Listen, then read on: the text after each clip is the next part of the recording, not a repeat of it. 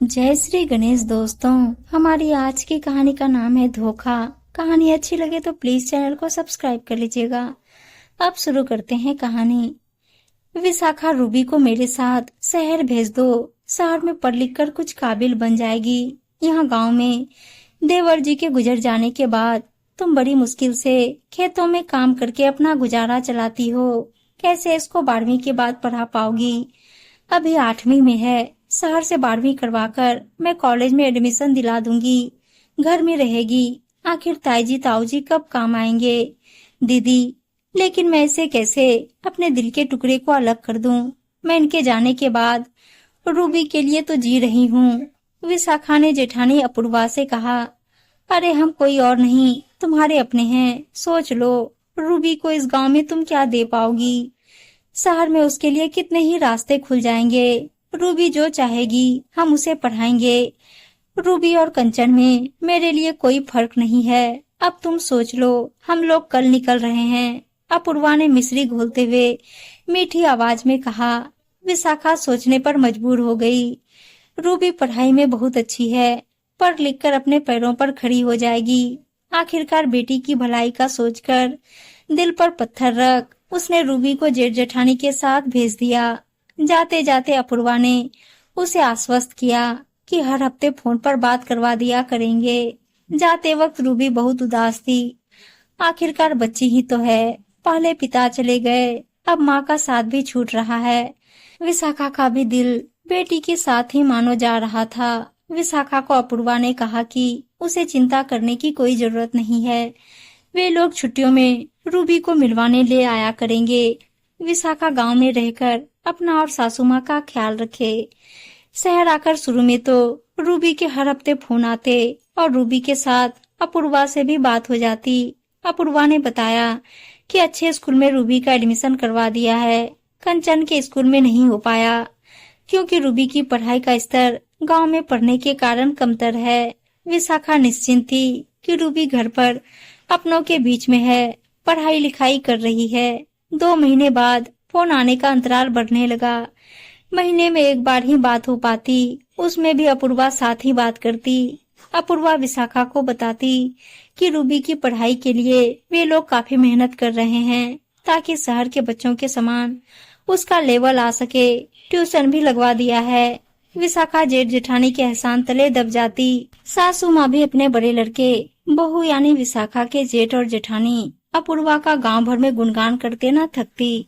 समय बीता। रूबी को गए 1 साल हो गया। गर्मियों की छुट्टियां पड़ गई। विशाखा रूबी के आने का रास्ता देख रही थी। तभी अपूर्वा का फोन आया कि वे लोग हिल स्टेशन घूमने जा रहे हैं। रूबी ने कभी पहाड़ देखे नहीं हैं, तो उसे भी ले जा रहे हैं। इस कारण इस बार गर्मियों की छुट्टियों में नहीं आ पाएगी।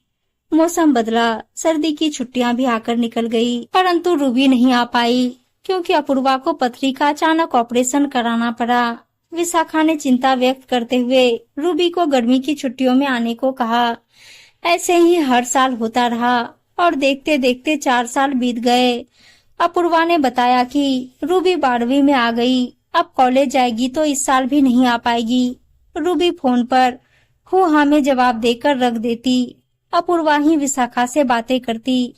विशाखा की सासू माँ भर भर कर बड़े बेटे बहू को आशीष देती कि छोटे भाई की बेटी के लिए इतना कर रहा है। परंतु अब विशाखा का मन रूबी से मिलने के लिए तड़प रहा था। एक दिन उसने पड़ोसी शांति को 2 दिन के लिए सासू माँ की देखरेख करने को मना लिया। सासू माँ को बताकर शहर जाने वाली रात की बस में बैठकर रूबी से मिलने जा पहुंची। जेठ जी के घर का पता उसके पास था जो सासू माँ से लिया था। जेठ जी का घर ढूंढने में कुछ समय लगा और वह जेठ जी के बंगले के बाहर पहुंच गई। इस समय सुबह के करीब 7:30 बज रहे थे। बंगले का मेन गेट खोलकर कोई दुबली पतली लड़की झाड़ू लगाते हुए निकली। विशाखा ने उससे कहा, अपूर्वा भाभी से बता दो कि विशाखा आई है। लड़की का मुंह झाड़ू लगाने के कारण झुका था। विशाखा की बात सुनकर झटके से उसने मुंह उठाया। विशाखा को उस लड़की को देखकर गहरा धक्का लगा। वो कमजोर दुबली पतली लड़की और कोई नहीं रूबी थी। विशाखा को देखकर रूबी की आंखों में आंसू बहने लगे। विशाखा को क्षण भर में ही मांजरा समझ में आ गया।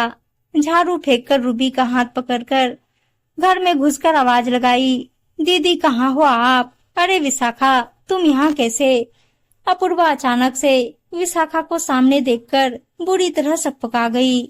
बहाने बनाते अपूर्वा बोली, विशाखा आज काम वाली कविता बाई नहीं आई तो रूबी ने झाड़ू लगाने की बहुत जिद की।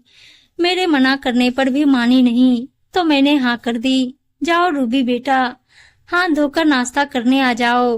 रूबी हाथ धोकर एक आड़ी तिरछी स्टील की पुरानी प्लेट लेकर ताई जी के सामने आ पहुंची। अपूर्वा लाड दिखाते हुए प्यार से बोली, क्रॉकरी वाली प्लेट लाओ बेटा। विशाखा सब देख रही थी। हाथ धोकर जब तक वह आई, अपूर्वा ने उसका चाय नाश्ता भी लगा दिया था। तब तक रूबी ने प्लेट में नाश्ता लिया और जमीन पर खाने बैठ गई। अपूर्वा बोली, डाइनिंग टेबल पर बैठकर खाओ रूबी।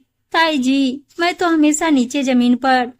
उसके कुछ कहने से पहले ही अपूर्वा ने सैंडविच उसके मुंह में रखते हुए कहा, खाते हुए बोलते नहीं रूबी बेटा। फिर रूबी का हाथ पकड़कर कुर्सी पर बिठा दिया। हंसकर विशाखा की ओर मुड़कर अपूर्वा बोली, देखा विशाखा, इतने साल बाद भी भूल जाती है, गांव में नहीं शहर में है। जब देखो जमीन पर बैठ जाती है। आओ तुम नाश्ता करो। विशाखा मन में सोच रही थी, बाहर जो देखा वो सच था या यह सब? शायद कविता बाई के न आने पर रूबी ताई जी की मदद कर रही थी, इसलिए झाड़ू लगा रही थी। मन को समझाया विशाखा ने ऐसा सोचकर। इतने में कंचन ऊपर से नीचे आती दिखाई दी। सीढ़ियों की ओट में होने के कारण विशाखा तो उसे दिखी नहीं, पर रूबी को डाइनिंग टेबल की कुर्सी पर बैठा देखकर कंचन तमतमाकर चीखी, यूं गंवार, तेरी हिम्मत कैसे हुई चेयर पर बैठने की? रूबी के हाथ से प्लेट छीनकर फेंक कर बोली, मम्मी, इस नौकरानी को साथ में वो भी क्रॉकरी में नाश्ता क्यों दिया? साथ ही रूबी को डांटकर बोली, जा जाकर मेरे जूते पॉलिश करके ला। कंचन ने रूबी को चाटा मारने के लिए हाथ बढ़ाया ही था कि विशाखा ने कंचन का हाथ पकड़कर एक जोर का थप्पड़ उसे जड़ दिया। अचानक चाची को देखकर कंचन सकपका गई और अपने गाल पर हाथ रख खड़ी रह गई।